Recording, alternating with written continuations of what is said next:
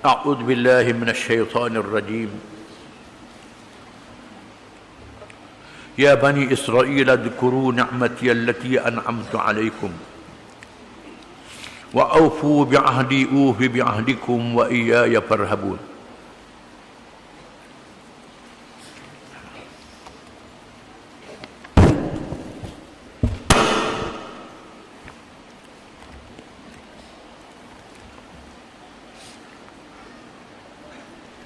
Wahai Bani Israel, kenangkanlah kamu akan segala nikmat yang telah kuberikan kepada kamu, dan sempurnakanlah perjanjian kamu denganku, supaya aku sempurnakan perjanjianku dengan kamu, dan kepada akulah sahaja hendaklah kamu merasa gerun takut, bukan kepada sesuatu yang lain. Setelah Allah menceritakan Nabi Adam AS dan Hawa, manusia yang pertama dicipta oleh Allah, dilahirkan daripadanya zuriat keturunan yang ramai di atas muka bumi.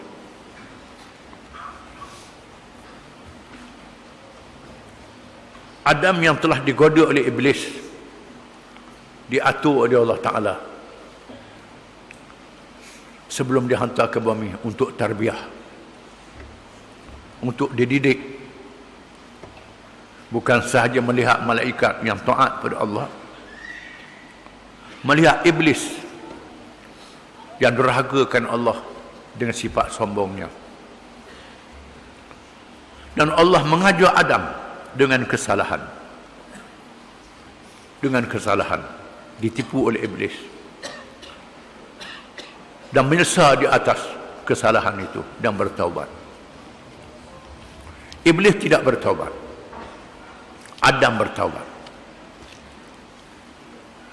Allah menjanjikan kepada Adam dan zuriatnya akan dibimbing oleh Allah dengan diturunkan rasul-rasul dan kitab-kitab. Seterusnya diikuti dengan kisah Bani Israel. Bani dengan makna anak-anak, cucu, zuriat, keturunan. Israel bahasa Ibrani. Israel, Isr dengan makna abd. Il Allah, Abdullah, hamba Allah. Nabi Yaqub alaihi salam. Yaqub bin Ishaq bin Ibrahim dilahirkan daripada satu bangsa dikenal dengan bahasa Yahudi ataupun Bani Israel. Daripada Ismail dilahirkan bangsa Arab. Dua pecahan yang berasal dari satu bangsa, Sam bin Nuh alaihi wassalam. Bangsa Semitik pecah daripada berbagai bangsa, di antaranya bangsa Arab dan bangsa Israel. Israel ialah keturunan Nabi Yaqub alaihi salam. Allah Ta'ala suruh kita mengambil pengajaran daripada bangsa Israel, Bani Israel, keturunan Nabi Yaqub, bangsa Yahudi. Bangsa yang paling banyak diutuskan Nabi-Nabi dan Rasul-Rasul, lebih ramai daripada bangsa yang lain. Pasal apa ramai sangat Rasul dia? Sebab degil sangat. Sebab degil lalu terlalu degil. Dengan sebab itu Allah mengutuskan Rasul yang ramai kepada mereka, supaya kita mengambil pengajaran daripada kedegilan orang-orang Bani Israel ini. Udhkuru ni'mati allati an'amtu alaikum. Wahai Bani Israel, Tuhan kata, ingatlah kamu akan nikmat aku yang aku berikan nikmat itu kepada kamu. Wa aufu bi ahdi, tunaikan janjiku, janji kamu dengan aku. Ufi bi ahdikum, aku tunaikan janji itu dengan kelebihannya. Wa iyaya farhabun, kamu naklah takut pada aku. Allah Ta'ala suruh Bani Israel ingat kepada nikmat Allah. Disebut nikmat, berbeza dengan umat Muhammad SAW. Allah Ta'ala, ya ayyuhalladzina amanu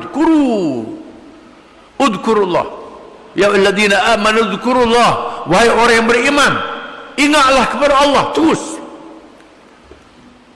Orang beriman, Tuhan suruh kata ingat kepada Allah. Bani Israel suruh ingat bernikmat Allah. Apa rahsianya? Rahsianya Bani Israel terlalu kebendaan. Terlalu kebendaan sangat. Kalau ada orang kita ni yang terlalu beriman pada kebendaan ni, Bani Israel lah tu. Perangai Bani Israel. Beriman dengan benda, tak beriman dengan Allah. Ini jadi masalah yang besar. Masalah yang besar bagi Bani Israel. Allah Ta'ala baru saja menyelamatkan mereka daripada buruan Fir'aun. Dia tenggelamkan Fir'aun di hadapan mata mereka dengan mukjizat diberi pada Nabi Musa AS, Nabi besar mereka. Tiba-tiba tengok orang sebuah berhala. Minta Nabi Musa tunjuk Tuhan biar nampak cokoh. Biar nampak Tuhan tu di depan. Macam berhala juga. Ini kebendaan Bani Israel. Allah Ta'ala timpa dengan petir yang kuat, matikan dan hidupkan semula mereka. Allah Ta'ala suruh Nabi Musa bermunajat di Gunung Turi Saina untuk menyerahkan kitab Taurat.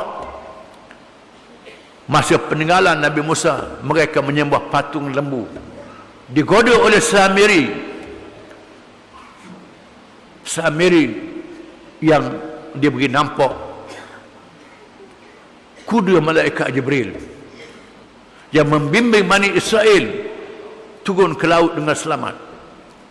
Samiri mengambil tapak, bekas tapak Nabi kuda Jibril di atas tanah, disimpannya. Masa peninggalan Nabi Musa, mereka mengeluarkan emas yang diambil daripada kekayaan Fir'aun. Mengikut syariat mereka, tidak boleh mengambil harta rampasan perang, hendaklah dibakar. Nabi Harun mengarahkan mereka membakar emas itu dalam api. Samiri mengambil emas, dicampur sama, dibuat patung lembu, dia letakkan tanah tapak kuda malaikat Jibril yang merupa itu. Tiba-tiba lembu mengeluarkan suara berdebah. Punya berdebah patung lembu. Ini Tuhan. Mereka menyembah lembu itu. Mereka dilaknat oleh Allah. Ini Bani Israel terlalu kebendaan. Terlalu kebendaan. Kalau boleh Tuhan biar nampak cokoh. Nabi Harun nasihat tak dengar. Nabi Musa balik dengan marah. Dengan marah campur Taurat yang diterima, dan Nabi Musa pegang marah pada Bani Israel. Kemudian pegang kepala dengan janggut nak pulah pada Nabi Harun. Harun kata, aku dah nasihat, mereka tak dengar nasihat aku. Nabi Harun ni tak baik macam Nabi Musa. Akhirnya Nabi Musa melepaskan Nabi Harun. Allah Ta'ala menurunkan perintah supaya Bani Israel mencabut senjata, membunuh di antara satu sama lain. Tikam semua sendiri hukuman Allah pada mereka. Ribuan mereka mati bergelimpangan, dihukum oleh Allah Ta'ala. Terlalu kebendaan. Bila Allah menyuruh mereka berjihad masuk ke Palestin menentang kaum Jabbarin, mereka tak mahu pergi. Idhab antu rabbuka fa inna hahuna khaidun. Wahai Musa, pergi dengan Tuhanmu. Pergi dengan Harun, dengan Tuhanmu. Kami nak duduk sini. Takut nak berjihad, tak percaya pada pertolongan Allah. Dia sesakkan di padang pasir Sinai selama 40 tahun. Allah turunkan al-manna was-salwa. Diturunkan al-manna was-salwa. Al-man ialah sejenis makanan yang turun dari langit macam air embun. Rasanya terlalu manis, macam madu. Masih ada di Iraq, masih ada di Iran, masih ada di Turki. Al-man ini dipungut, dikumpulkan macam air madu, dicampur manis. Hak jual kedai atau hebat tu bukan man tu, nak win nama sedap je. Orang jual obat. Orang jual obat. Alman. Ini bukan jual obat ni. Makanan yang berkat. Allah Ta'ala turun. Siap pergi ke Mekah, tengok putih menjadi coklat. Itu alman. Alman yang sebenar. As-salwa. Mereka kata puas dah. Minta bawang timun batang, bawang putih. Minta. Allah Ta'ala beri makanan yang mulia. Mereka pilih makanan ini kebendaan Bani Israel. Mereka bersifat kebendaan. Maka Allah sebut, ya Bani Israel, adkuru ni'mati allati an'amtu alaikum. Bani Israel, ingatlah kamu akan nikmat yang aku berikan pada kamu. Lain dengan umat Muhammad. Ya ayyuhalladzina amanu dzkurullah. Wahai orang yang beriman, uzkurullah. Ini kita orang Islam. Uzkurullah, bukan macam Bani Israel. Uzkuru ni'mati allati an'amtu alaikum. Mereka terlalu kebendaan. Mereka lah melahirkan ahli-ahli falsafah yang mencipta ideologi kebendaan. Sama ada liberal kapitalisme, sosialisme, komunisme, pragmatisme. Ini teori-teori politik dan ekonomi yang dicipta oleh ahli-ahli falsafah Yahudi, Adam Smith, Karl Marx dan lain-lain lagi. Ini semua ahli falsafah Yahudi yang mengheret manusia kepada teori-teori kebendaan. Mereka terlalu percaya pada kebendaan. Kaitkan beriman kepada Allah dengan kebendaan. Tak percaya jaminan Allah untuk beri rezeki dengan petunjuk Islam. Percaya pada kebendaan sangat. Sehingga riba yang diharamkan mengikut agama rasul-rasul mereka, iaitulah Islam. Yang diharamkan, mereka halalkan riba dengan umat yang lain. Haram dengan sama-sama Yahudi saja. Semata-mata nak mengejar kebendaan. Ini perangai orang Yahudi. Uzkuru ni'mati allati an'amtu alaikum. Ingatlah kamu akan nikmat aku yang aku berikan kepada kamu, wahai Bani Israel. Wa aufu bi ahdi ufi bi ahdikum. Dan tunaikan janji yang kamu berjanji dengan aku. Ulama mengajarkan dua janji. Janji fitrah, janji mengikut fitrah sifat semula jadi manusia. Alastu bi rabbikum, tidakkah aku Tuhan kamu? Bala, ya, Allah Tuhan. Mengikut sifat semula jadi manusia, percaya pada adanya Tuhan. Ini sifat semula jadi. Wala in sa'altahum man khalaqas samawati wal ard la yaqulunna Allah. Jika kau tanya mereka siapa yang menjadikan langit dan bumi, semua kata Allah. Sama ada orang Islam atau orang musyrikin. Percaya Allah yang menjadikan langit dan bumi. Percaya. Tapi lepas tu nanti Tuhan-Tuhan yang lain. Ini kacau. Percaya pada Allah jadi fitrah. Termasuklah kalangan ateis. Kalangan yang tak percaya adanya Tuhan. Tak percaya Tuhan tu ada. Pahaman tak percaya pada adanya Tuhan. Bila terdesak, naik kapal terbang, enjin kapal terbang mati. Terus mengambil hak tak percaya ke Tuhan, masa itu percaya ke Tuhan.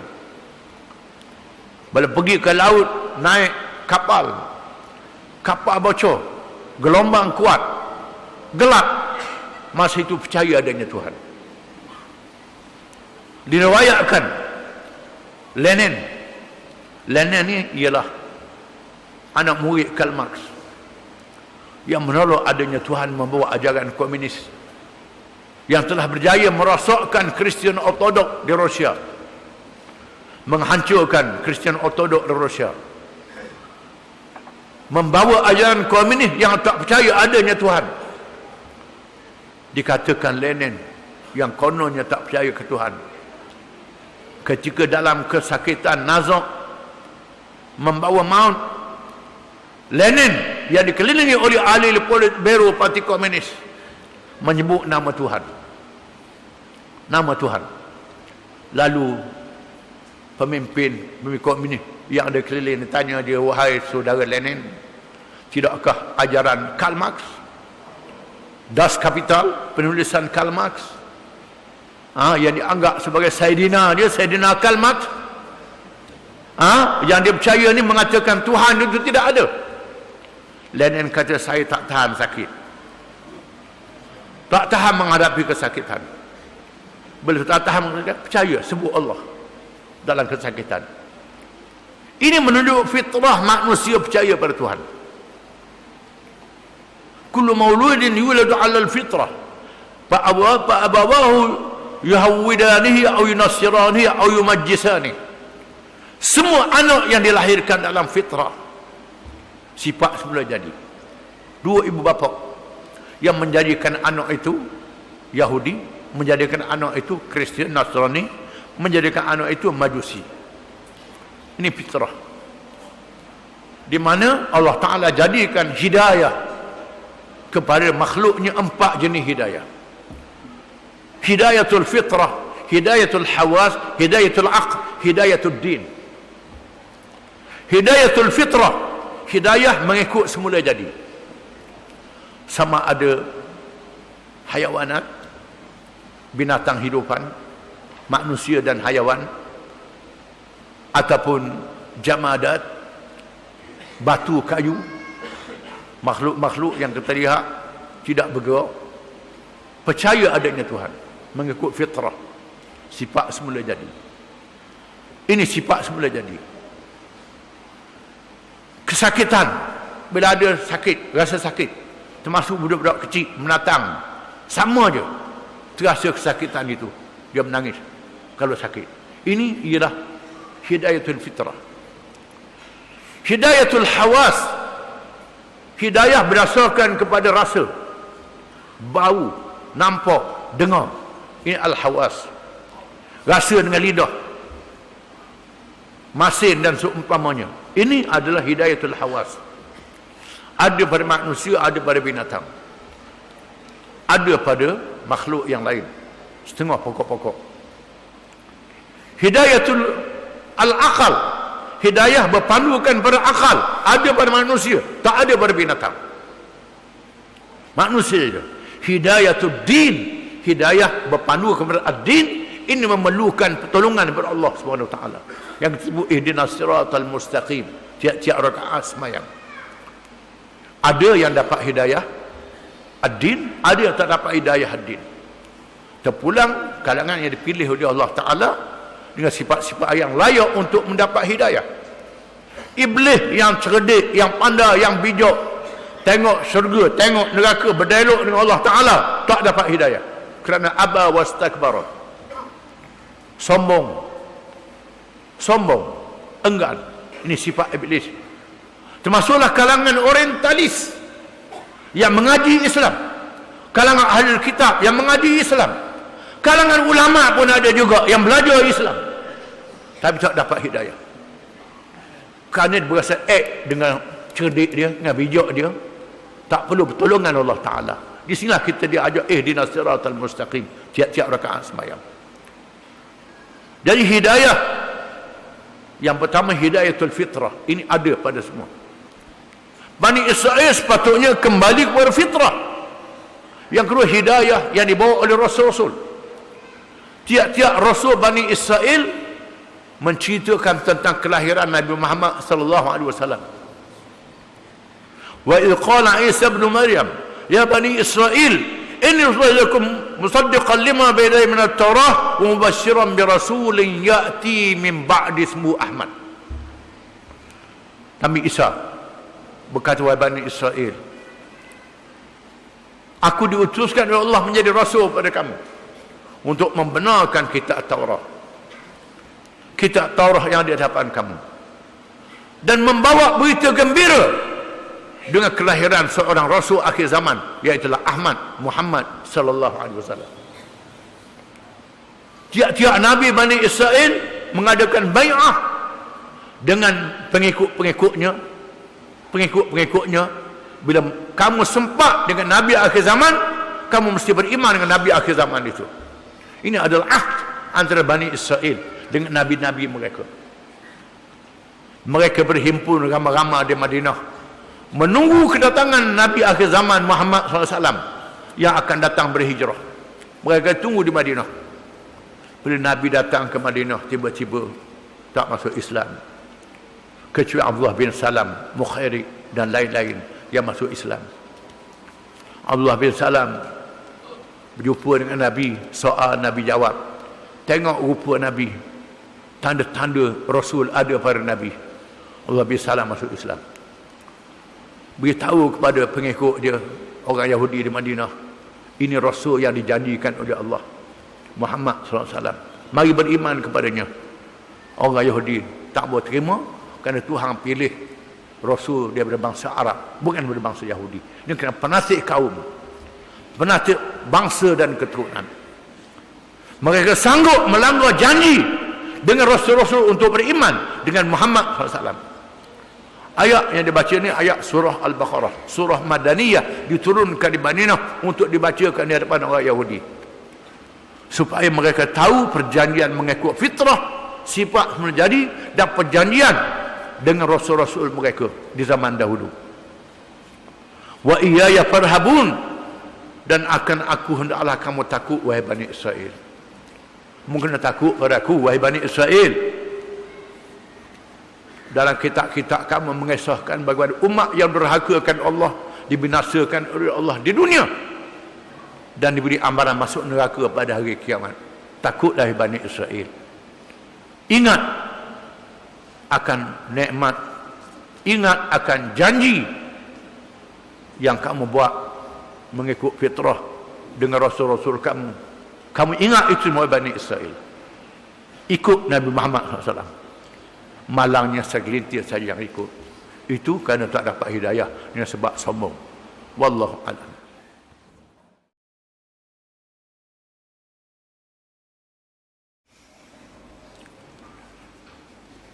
A'udzu billahi minasy syaithanir rajim. Wa aminu bima anzaltu musaddiqan lima ma'akum wa la takunu awwala kafirin bih.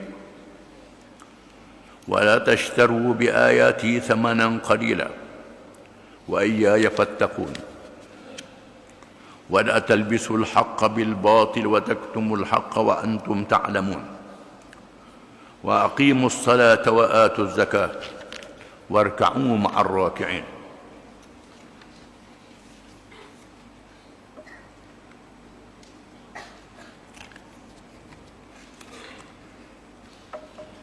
Maksudnya, dan berimanlah kamu dengan apa yang aku turunkan, yakni Al-Quran, yang mengesahkan benarnya kitab yang ada pada kamu. Dan janganlah kamu menjadi orang-orang yang mula-mula kafir engkar akan dia, yang akan Quran. Dan janganlah pula kamu menjadikan ayat-ayatku sebagai harga yang untuk membeli kelebihan-kelebihan yang sedikit faedahnya. Yang pada akulah sahaja hendaklah kamu bertakwa. Dan janganlah kamu campur adukkan yang benar dengan yang salah. Dan kamu sembunyikan yang benar itu pula, padahal kamu semua mengetahuinya. Dan dirikanlah kamu akan sembahyang, dan keluarkanlah zakat. Dan rokoklah kamu semua berjamaah bersama-sama orang-orang yang rokok.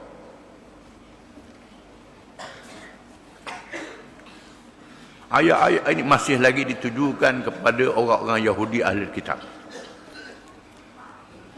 Merupakan salah satu kumpulan masyarakat majmuk di Al-Madinatul Munawwarah, tempat Nabi mendirikan pemerintahan Islam. Mereka diterima hidup bersama dengan masyarakat Islam secara tahaluf, persefahaman. Dan ada kalangan mereka yang bermusuh, tetapi mereka sentiasa mendapat maklumat. Di Madinah Allah Ta'ala menurunkan ayat-ayat yang dikandungi dalam yang terkandung dalam surah Madaniyah, surah yang diturunkan di Madinah, secara khusus ditujukan kepada golongan ahli kitab, orang-orang Yahudi dan orang-orang Kristian. Yang pertama, orang-orang Yahudi. Mereka berkumpul ramai-ramai di Madinah dengan tujuan untuk menunggu kedatangan Nabi akhir zaman. yang disebut dalam kitab Taurat, yang disebut oleh nabi-nabi mereka, yang tiap-tiap orang nabi Bani Israel berbai'ah, berikrar. Sekiranya sempat dengan nabi akhir zaman, akan beriman, akan menolong dan berjuang bersama dengan nabi akhir zaman itu. Ayat ini ditujukan kepada mereka. Wa aminu bima anzaltu musaddiqan lima ma'akum, dan berimanlah kamu dengan apa yang aku telah turunkan, yakni Al-Quranul Karim, membenarkan apa yang ada bersama dengan kamu, membenarkan kitab Taurat. Di antaranya kitab Taurat yang menyatakan kelahiran Nabi akhir zaman, termasuk ditegahkan oleh Nabi Isa alaihi salam. Wa idh qala Musa liqaumihi ya qaumi lima tu'dunani waqad ta'lamuna anni rasulullah ilaikum falamma zaghu azagha Allahu qulubahum wallahu la yahdi al-qauma al-fasiqin. Wa idh qala Isa ibn Maryam ya bani Israil inni rasulullah ilaikum musaddiqan lima bayna yadayya min at-Tawrah wa mubashiran bi rasulin ya'ti min ba'di ismuhu Ahmad. Allah Ta'ala turunkan ayat ini dalam surah As-Saff di Madinah juga, menghuraikan ayat yang kita baca ini. Dan ingatlah Nabi Musa alaihi salam berkata, wahai Bani Israel, mengapa kamu menyakitiku? Padahal kamu tahu aku adalah Rasulullah yang diutuskan kepada kamu. Bila mereka menyeleweng, Allah Ta'ala selewengkan hati-hati mereka, dan Allah tidak memberi petunjuk pada orang-orang yang fasik. Dan apabila Isa bin Maryam, Isa ialah Nabi Bani Israel dari keturunan Nabi Ya'qub alaihi salam, berkata, wahai Bani Israel, sesungguhnya aku adalah Rasulullah yang diutuskan kepada kamu, membenarkan kitab Taurat di samping kitab Injil yang aku bawa, dan memberi berita gembira berkenaan kelahiran seorang Rasul yang bernama Ahmad, Muhammad sallallahu alaihi wasallam. Disebut di dalam kitab Taurat, dalam kitab Injil, bahkan disebut dalam kitab-kitab agama Hindu, kitab agama Buddha, kitab agama Majusi, disebut kitab-kitab agama lain. Itu agama yang sudah jauh ketinggalan, disebut juga dalam kitab-kitab ini. Ada kalangan sami-sami yang masuk Islam mendedahkan, disebut dalam kitab-kitab ini tentang kelahiran Nabi Muhammad sallallahu alaihi wasallam, tetapi mereka menyembunyikan. Wala takunu awwala kafirin bih, dan janganlah kamu menjadi orang yang pertama kafir, wahai orang-orang Yahudi Bani Israel. Padahalnya yang pertama kafir ialah orang musyrikin Mekah. Musyrikin Mekah dulu yang kafir, tak ikut Nabi Muhammad SAW. Nabi yang dilahirkan di kalangan mereka, dimasukkan yang awal yang kafir ialah awal kalangan ahli kitab, kalangan Yahudi dan Kristian. Wahai orang-orang Yahudi, jangan kamu jadi orang yang mula-mula kafir, kalangan ahli kitab yang ada kitab. Wala tashtaru bi ayati samanan qalila, jangan kamu membeli ayat-ayatku dengan harga yang murah. Dijadikan ayat-ayat Allah macam duit untuk membeli dunia, itu maknanya. Padahalnya tujuan kita cari duit ni nak beli berah, nak beli berah. Ni beli berah dengan duit. Asal boleh duit sudah, berah tak ada, tak apa. Nak boleh makan ke darah duit. Ini manusia sudah terbalik fikiran dia. Padahal yang perlu dalam hidup dia ialah makanan. Yang perlu dalam hidup dia ialah kitab Allah. Kitab Allah dijadikan duit. Jual kitab Allah, ambil duit, ambil pangkat dunia. Ini sudah bertukar. Kitab Allah yang sangat mahal, petunjuk Allah yang sangat mahal, dijualnya kerana mencari kelebihan dunia. Itu maknanya. Allah Ta'ala bandingkan agama dia ni sangat mahal. Innallaha ashtara minal mu'minina amwalahum bi anna lahumul jannah. Allah Ta'ala membeli daripada orang Islam, membeli orang Islam untuk membayar dengan diri dan harta mereka. Allah Ta'ala nak suruh dia ambil Islam, sanggup korbankan duit dan harta dan diri dia. Allah Ta'ala nak bayar dengan syurga. Begitu. Ini tak jual Islam ambil duit. Ini kena faham. Ya ayyuhallazina amanu halukum ala tijaratin tunjikum min adzabin alim tu'minu billahi wa rasulih wa tujahiduna fi sabilillahi wa anfusikum. Wahai orang beriman, adakah suka aku nak tunjukkan kepada kamu satu perniagaan? Satu perniagaan. Perniagaannya ialah kamu berjihad pada jalan Allah, tegakkan agama Allah dengan kamu bayar dengan harta dan diri kamu. Bayar harta dan diri kamu untuk menegakkan agama Allah. Bukan jual agama Allah untuk dapat harta dan kepentingan diri kamu. Ini maksudnya. Kena faham. Ini maksud ayat ini. Jangan kamu jual ayat-ayatku dengan harga yang sedikit. Mau jual harga ayat-ayatku, mau ambil dunia, ambil kesenangan, ambil kemewahan. Ayat-ayat Allah dijual, tak diamal. Padahal kita kena beli dengan duit kita, dengan jiwa raga kita, untuk tegakkan ayat-ayat Allah itu. Tegakkan ayat Allah.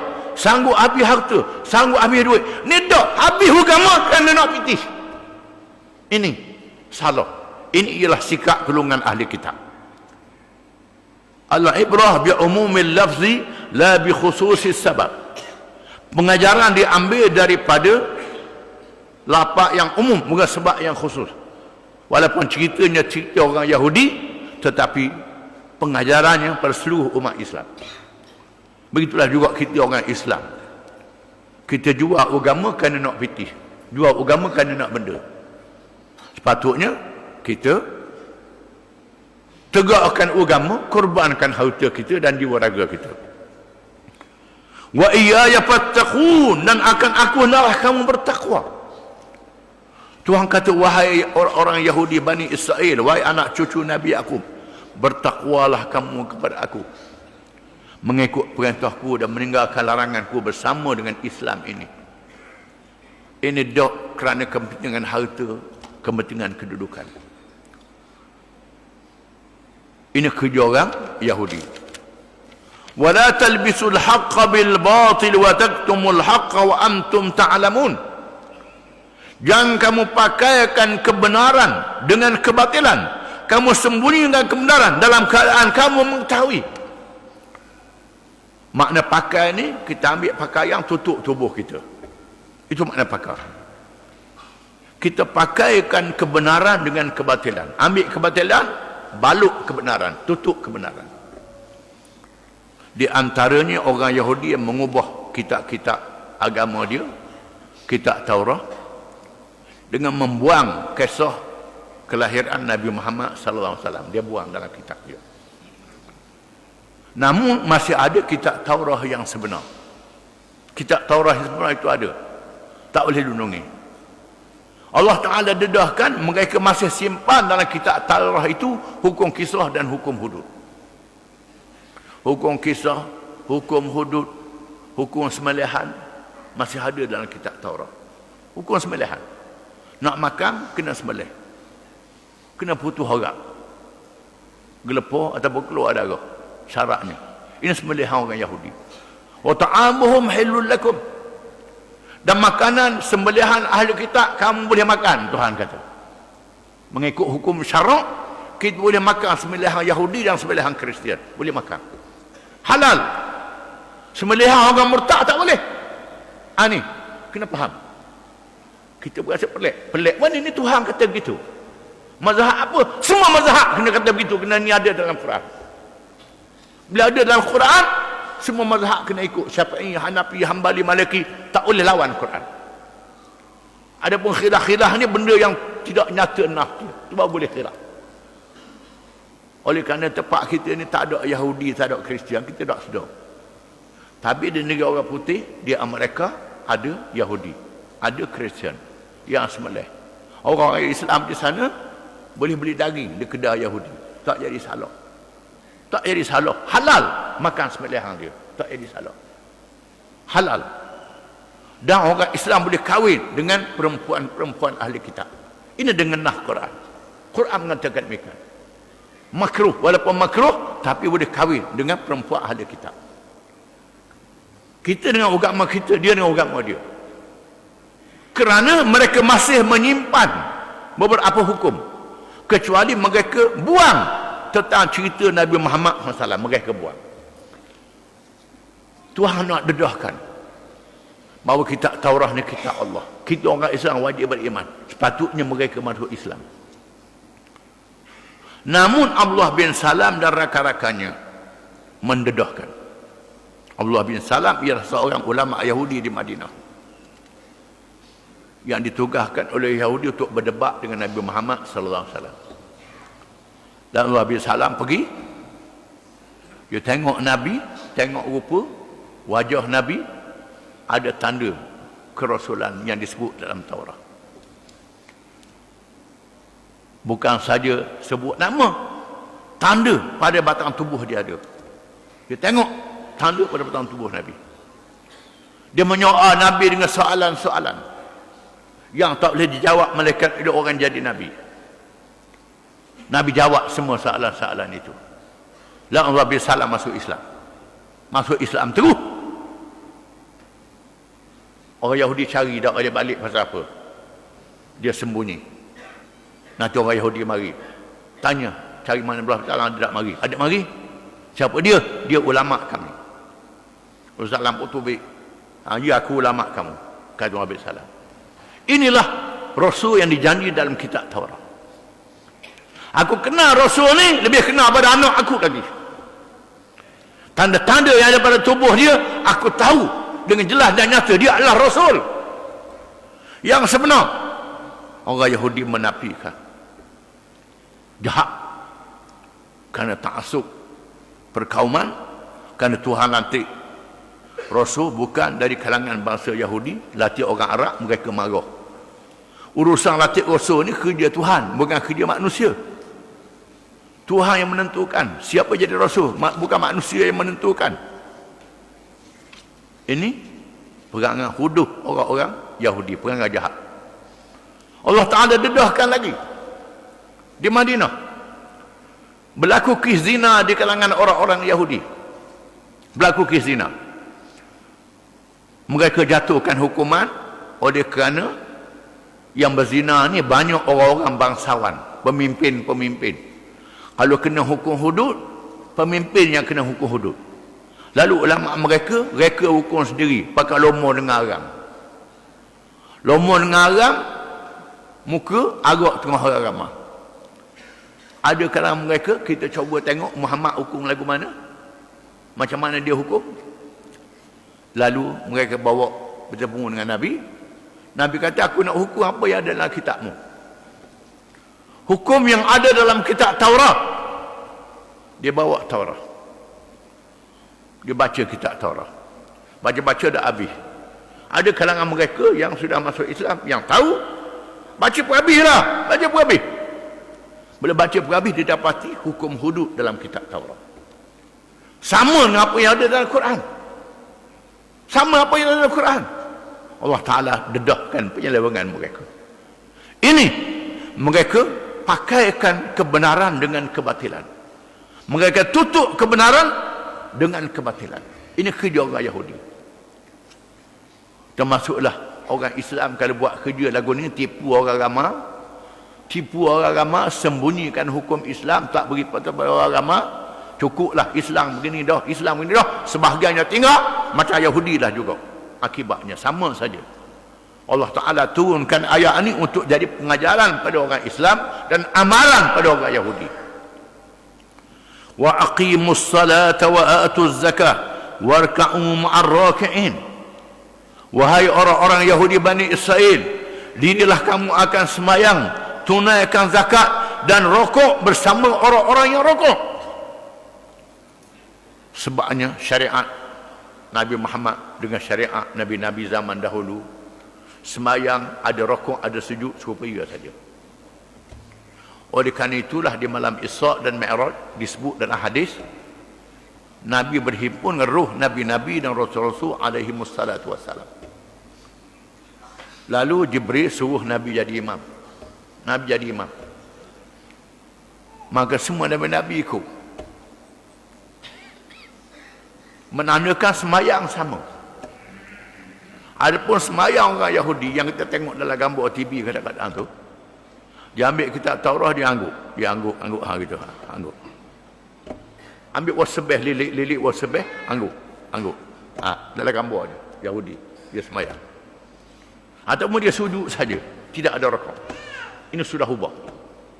Orang Kristian pula ambil muzik, main biola semayang, main piano semayang. Mana ada Nabi ajar gitu, Nabi Isa dah ajar gitu. Ini sudah berubah. Maka Allah menurunkan ayat, wa aqimus salah, dirikanlah semayang macam Muhammad sallallahu alaihi wasallam. Semayang yang ada rakaat, semayang yang ada sujud. Wa atuz zakah, tunaikan zakat.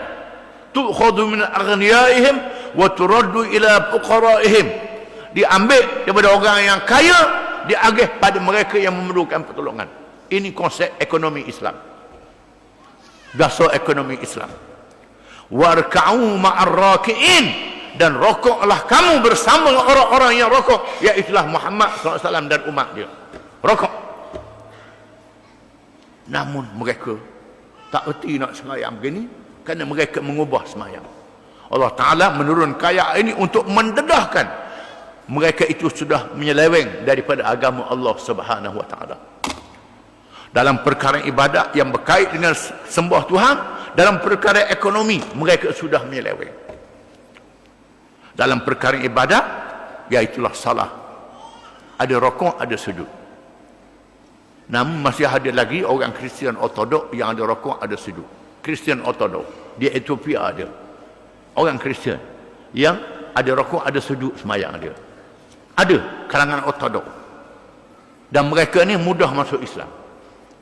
Ada kalangan mereka yang tak makan lagi babi. Hari ni agama Kristian boleh makan lagi babi. Sebab orang nak babi belaka, hendak apa? Halal. Mengharamkan yang halal, menghalalkan yang haram. Ini kerja. Ada pun orang Yahudi sampai hari ni mengharamkan babi. Orang Yahudi tegah mengharam. Kristian tak, Kristian longgar, babi makan juga. Padahal semua agama ni mengharamkan babi. Semayang ada rokok dan ada sujud.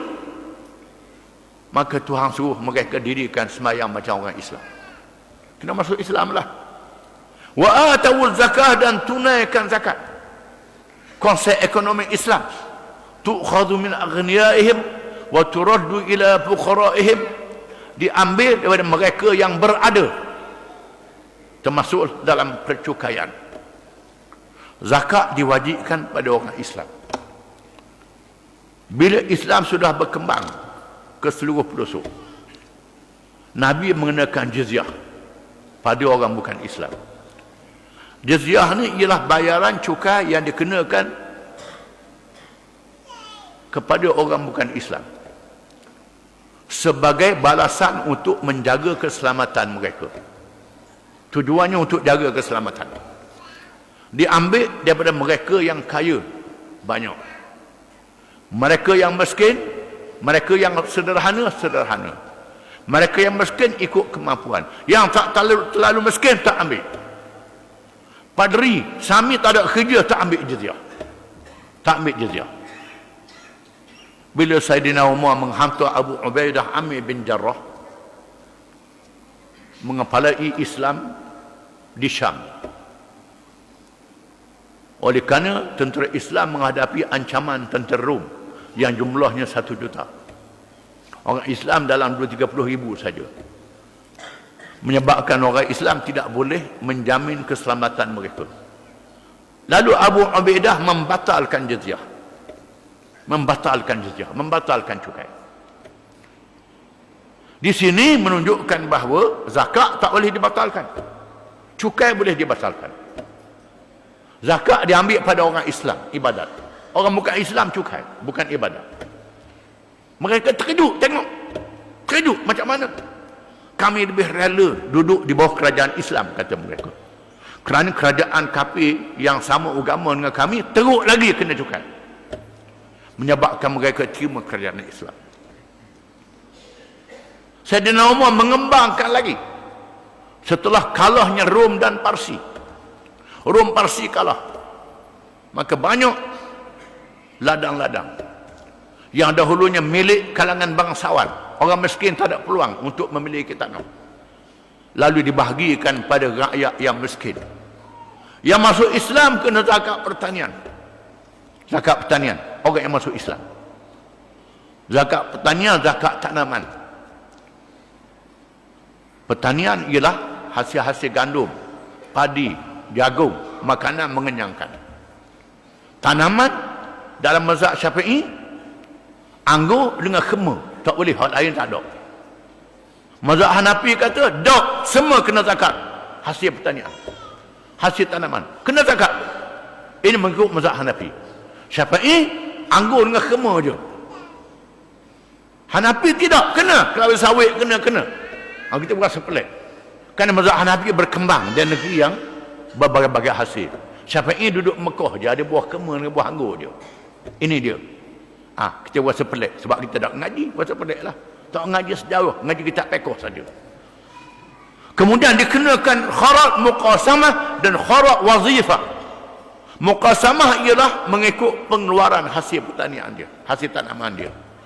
Ini muqasamah. Wazifah mengikut jenis tanah dia. Jenis tanah ini, jenis ni. Maka wazifah termasuklah kawasan-kawasan perumahan yang diperniagakan. Ini dalam kharat wazifah. Ada di dalam sistem pemerintahan Islam. Orang Islam kena zakat perdagangan, zakat perniagaan. Orang bukan Islam dia kenakan usyur. Usyur ialah diambil daripada perniagaan orang yang bukan Islam. Usyur. Orang Islam dia kenakan zakat perniagaan. Yang bukan Islam dia kenakan cukai perniagaan. Ini dia. Diambil daripada mereka yang berada, bukan mereka yang miskin. Ini pemerintahan Islam. Pemerintahan Islam. Bahkan dalam mazhab Hanafi, membenarkan dia ambil cukai harta-harta haram di kalangan orang bukan Islam. Orang bukan Islam dia pergi babi. Dia menaga arak sama-sama dia. Mazhab Hanafi kata boleh ambil cukai dan letak dalam akaun khas. Dia belanjakan untuk sama-sama bukan Islam. Tak boleh belanja untuk orang Islam. Ini duit haram. Duit haram ambil daripada dia, belanja ke dia juga. Ini mazhab Hanafi. Ini semua dalam pemerintahan Islam. Di masa pemerintahan Umar bin Abdul Aziz, Umar bin Abdul Aziz mengenakan khumus ma yustakhraju minal bihar. 1/5 daripada hasil laut. Oleh kerana laut bukan tanaman. Bukan ternakan. Benda yang liar. Dia ambil 1/5 daripadanya. Ini kaedah Umar bin Abdul Aziz, seorang pemerintah Islam yang adil. Ini termasuk wa aqimus salah wa atuz zakah tu'khadhu min aghniyaihim wa turaddu ila fuqaraihim. Diambil daripada mereka yang berada, bukan mereka yang tidak berada. Yang tak berada tak kena cukai. Maka konsep GST yang diamalkan pada hari ini semua agama belaka. Ini tak betul. Salah dari segi pencukaian dalam Islam. Ini kena faham. Diambil daripada mereka yang berada, bukan mereka tak berada. Ini kerana tak ada arah, tak tahu nak gagal duit, agama belaka. Habis. Kena belaka, ambil semua. Dengan berbagai-bagai cara dan helok. Kalau balik kepada Islam, Allah Ta'ala beri keberkatan. Berkat ni tak ada dalam kamus bukan Islam, ada dalam Islam. Wa annal qura amanu wattaqau lapatan 'alim barakatin minas sama' wal ard walakin kazzabu. Kalau sekiranya penduduk negeri itu beriman dan bertakwa, kami buka berkat yang turun dari langit dan keluar daripada bumi. Ini jaminan daripada Allah Ta'ala. Allah Ta'ala beri jaminan. Kalau ikut Islam, Tuhan beri keberkatan. Jadi Allah Ta'ala suruh dalam ayat ini, wa aqimus salah, dirikan sembahyang, wa atuz zakah, tunaikan zakat. Konsep ekonomi Islam yang adil. Warka'u ma'ar raki'in, dan rokoklah kamu bersama orang yang rokok. Kerana sembahyang terrokok. Kalau ikut Islam kena ada rokok dan sujud. Wallah.